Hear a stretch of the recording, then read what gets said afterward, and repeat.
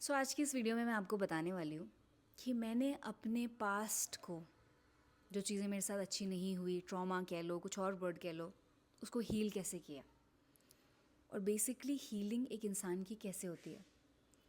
इस वीडियो को अगर आप एंड तक देख लोगे तो आपके जो भी पास्ट की चीज़ें हैं जो आपको आज भी जीने नहीं दे रही, तंग कर रही है ना, आप उनसे अगर वो स्टेप्स फॉलो कर लो, आराम से हील हो जाओगे, आगे बढ़ जाओगे।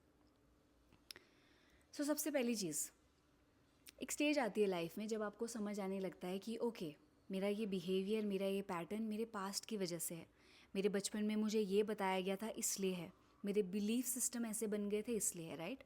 आई थिंक बहुत से लोग उस स्टेज में आ गए हैं क्योंकि इतनी सारी इन्फॉर्मेशन है नेट पे कि भाई बचपन में ये हुआ था, ये ट्रॉमा था, इसकी वजह से ये है, उसकी वजह से वो है। So number one is understanding. आपकी हीलिंग जर्नी में आपको अंडरस्टैंडिंग बहुत इंपॉर्टेंट है आपके लिए। समझना, अपने आप को रिफ्लेक्ट करना कि भाई मैं ऐसा क्यों करती हूँ, अरे यार ये चीज़ मुझे बड़ी चुभती है, कोई मुझे कह देता है कि ये मत कर वो मत कर, तो सडनली मुझे ऐसे फील होता है कोई मुझे कंट्रोल कर रहा है, बिकॉज मेरे बचपन में मुझे बहुत टाइम तक कंट्रोल किया गया एंड स्टिल मुझे वो डर है कि कोई मुझे कंट्रोल ना कर ले। अगर आपके पैटर्न ऐसे हैं कि कोई आपको क्रिटिसाइज़ कर रहा है और आप सहन नहीं कर पाते हो, तो कहीं ना कहीं जब जब आपने कुछ गलत किया था लाइफ में पहले, तो आपको बहुत रिजेक्शन मिला था, बहुत गालियाँ मिली थी, बहुत माहौल पूरा ही बिगड़ गया था। आपको उस बात का अभी भी डर है। सो जैसे ही कोई क्रिटिसाइज़ करता है आप क्लोज हो जाते हो, आप एकदम बंद कर लेते हो अपने आप को, आप कहते हो ये क्या बकवास है, ये वो, आप ट्रिगर हो जाते हो।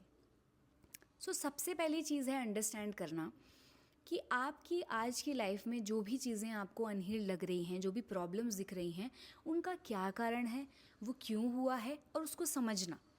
क्यों कई बार बस समझने से ही ना चीज़ें सॉल्व हो जाती हैं। जब आपको पता लग जाए कि यार अच्छा इस जाल में मैं ऐसे ऐसे फंसी हुई हूँ, तो आपको ये भी समझ आएगा धीरे, ओके इस जाल से निकलना कैसे है, ओके ये जाल ऐसा है तो इससे ऐसे निकलेंगे।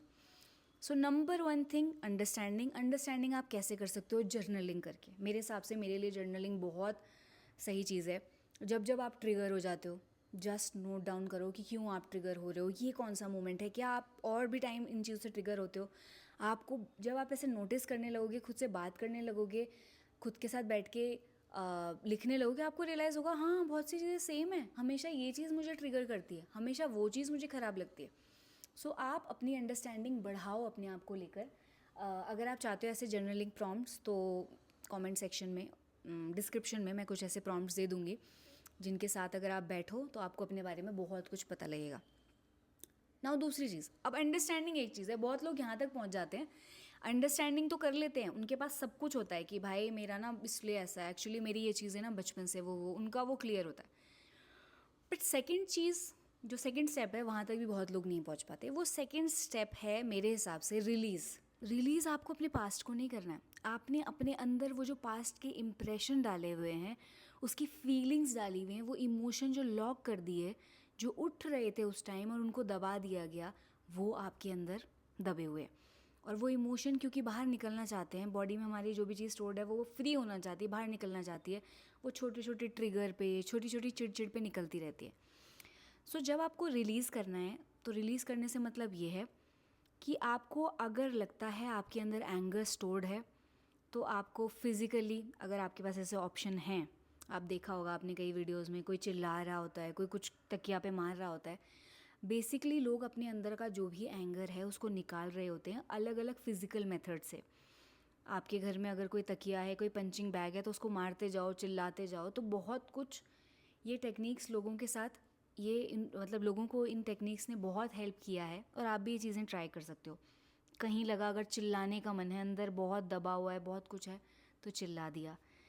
कुछ डायरी में अगर आपको लिखना है किसी के प्रति बहुत कुछ किया, ऐसा किया वैसा किया, मैं खुश, मतलब जो भी आपको गालियाँ देनी है बेसिकली, वो गालियाँ दे दिया आपने, तो आपको रिलीज़ मिल जाता है।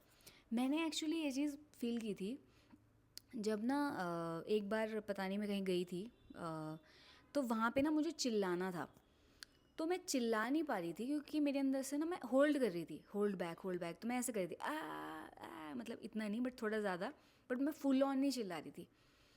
देयर वॉज दिस मोमेंट जहाँ मैंने सोचा कि मुझे लेट गो करना ही करना है और मैक्सिमम चिल्लाना, और मैंने जब वो मैक्सिमम चिल्लाया ना, इमीडिएटली मैं रोने लगी, मेरे आंसू पे आंसू टपके जा रहे थे और मुझे लगा आप अगर मुझे उस टाइम देखते आपको लगता कोई पागल है कि क्या चिल्लाने से रोने का क्या कनेक्शन है, बट उस मोमेंट मुझे इतना रिलीज़ फील हुआ। मे बी मेरे अंदर जो पेंटअप था, जो मैं बहुत सी चीज़ों के लिए चिल्लाना चाहती थी और नहीं चिल्लाई थी, वो जब मैंने ऐसे चिल्लाया तो बहुत कुछ निकल गया।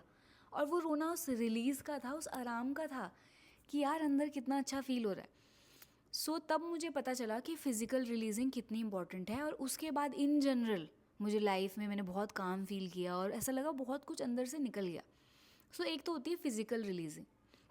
दूसरा रिलीज़ करने का तरीका ये भी है कि आप जिन भी लोगों के प्रति resentment, anger, whatever emotion hold करके बैठे हो, आपको उनको फॉरगिव करना पड़ेगा।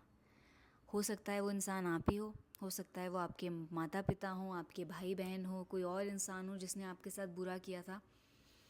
आफ्टर द फिज़िकल रिलीजिंग, चाहे जर्नलिंग, चिल्ला के जो भी हो, उसके बाद आपको फॉरगिवनेस प्रैक्टिस करनी पड़ेगी। आपको एक्सरसाइजेस करनी पड़ेंगी जिसमें आप सामने वाले को फॉरगिव कर दो, मन से, अंदर से, अपने लिए निकाल दो। ये सारी चीज़ें एक बार में नहीं होंगी, बट अगर आप इन चीज़ों की तरफ बढ़ जाओ तो थोड़े थोड़े टाइम में आप देखोगे कि उस इंसान के प्रति जो जिससे आपको थोड़ी दिक्कत भी है, आपको जो पसंद भी नहीं है, उसके प्रति भी आपके इमोशन बैलेंस्ड हो पा रहे हैं इन एक्सरसाइजेस की वजह से।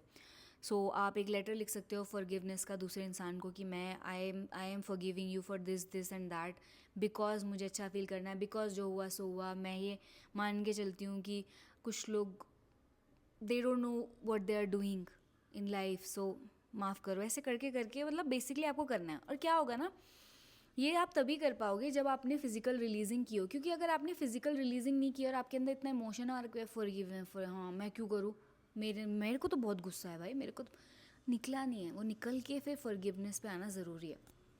आप अपने आप को भी लेटर लिख सकते हो अगर आपने कोई गलतियाँ की हैं तो, कि डियर प्रमिला, डियर डैश, तूने जो जो भी ये चीज़ें हुई मैं उसके लिए तुझे माफ़ करती हूँ, तुझे नहीं पता था, वो सारी चीज़ें। और उस सबसे रिलीज़ करके आपको आगे बढ़ना है ना। और थर्ड थिंग, बहुत शॉर्ट में समझाना पड़ रहा है क्योंकि एक ही वीडियो में बताना है, right. But third thing is rising up.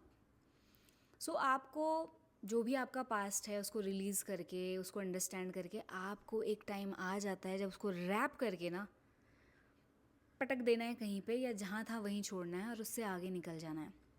वो कैसे होगा? जब तक आप ये नहीं सोचते हो कि आपके पास में जो भी चीज़ें हुई वो आपके लिए सही थी, उनसे आपको ये फ़ायदे हुए हैं, उनसे आपको स्ट्रेंथ मिली है, उनसे आपको समझदारी मिली है, उनसे आपको लेसन्स मिले हैं खूब सारे, और आपकी उस जर्नी में वो एक इम्पॉर्टेंट चीज़ थी जो होना सही था। डीप विदिन जब तक ये फील नहीं होगा, आप लाइफ में आगे नहीं बढ़ सकते हो। मैंने अपनी लाइफ में क्या करना शुरू किया कि मेरे साथ पास्ट में जो भी चीज़ें हुई, मैंने उनके लेसन्स लिखने शुरू किए। ओके, उसकी वजह से आज मैं इतनी स्ट्रांग हूँ, मुझे छोटी छोटी बातों से दिक्कत नहीं होती क्योंकि इतनी बड़ी बात मैंने झेल ली। मुझे झेलने की आदत है, मैं हर चीज़ को माइंड नहीं करती, छोटी छोटी चीज़ों में नहीं घुसती हूँ। ओके, मेरे इमोशंस, मेरी सेंसिटिविटी, जो मैं लोगों को समझती हूँ, जो मैं खुद को समझ पाती हूँ, जो मैं किसी और के रोने में रो पाती हूँ, वो मेरी उसकी वजह से है। ओके, वो हुआ इसलिए मैं आज यहाँ पर हूँ, ये सब डिस्कशन कर रही हूँ, ये वीडियो बना रही हूँ, क्योंकि अगर वो सब नहीं हुआ होता तो मेरी जर्नी में इतनी लर्निंग्स होती ही नहीं, मैं किसी को कुछ बताती। सो ये कुछ चीज़ें हैं जो मैं एग्जांपल दे रही हूँ। एंड जब आप ये करते करते करते करते जेन्युइनली एक स्टेज आती है जब आपको लगता है कि भाई जो हुआ सही हुआ, नहीं मैं अपना पास्ट चेंज नहीं करना चाहती, नहीं जो हुआ बढ़िया हुआ, मैंने एक्चुअली उन सब से सही चीज़ उठा के आगे बढ़ना सीख लिया है।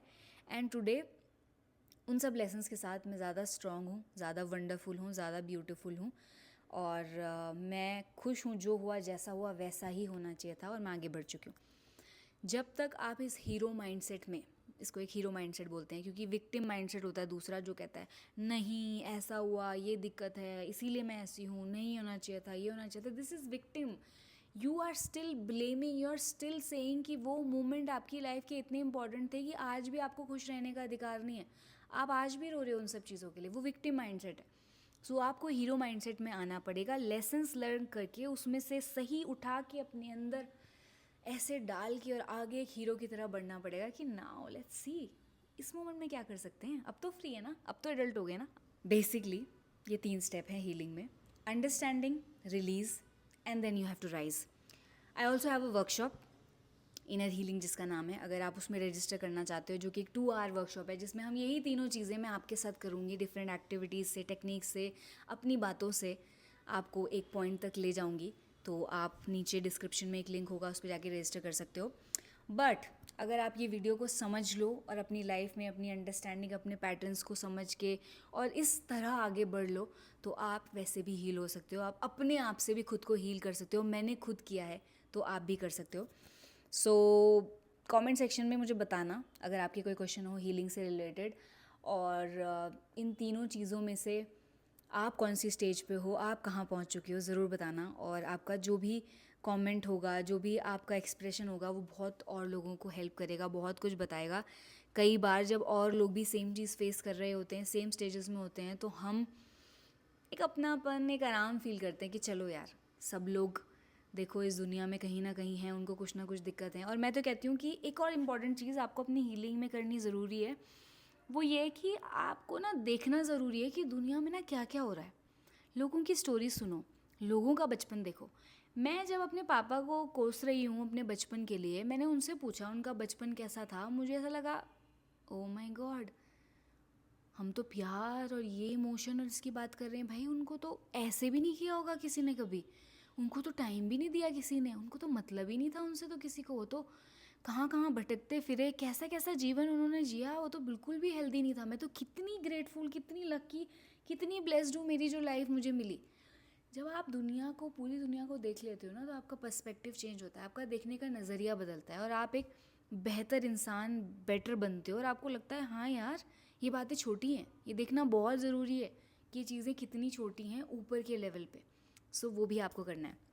सो ये रही मेरी वीडियो। आपको कोई भी क्वेश्चन हो, कुछ भी शेयर करना हो, प्लीज़ कमेंट सेक्शन में ज़रूर बताना। बाकी लोगों को और मुझे बहुत अच्छा लगेगा। अच्छा लगेगा नहीं लगेगा मतलब कर देना।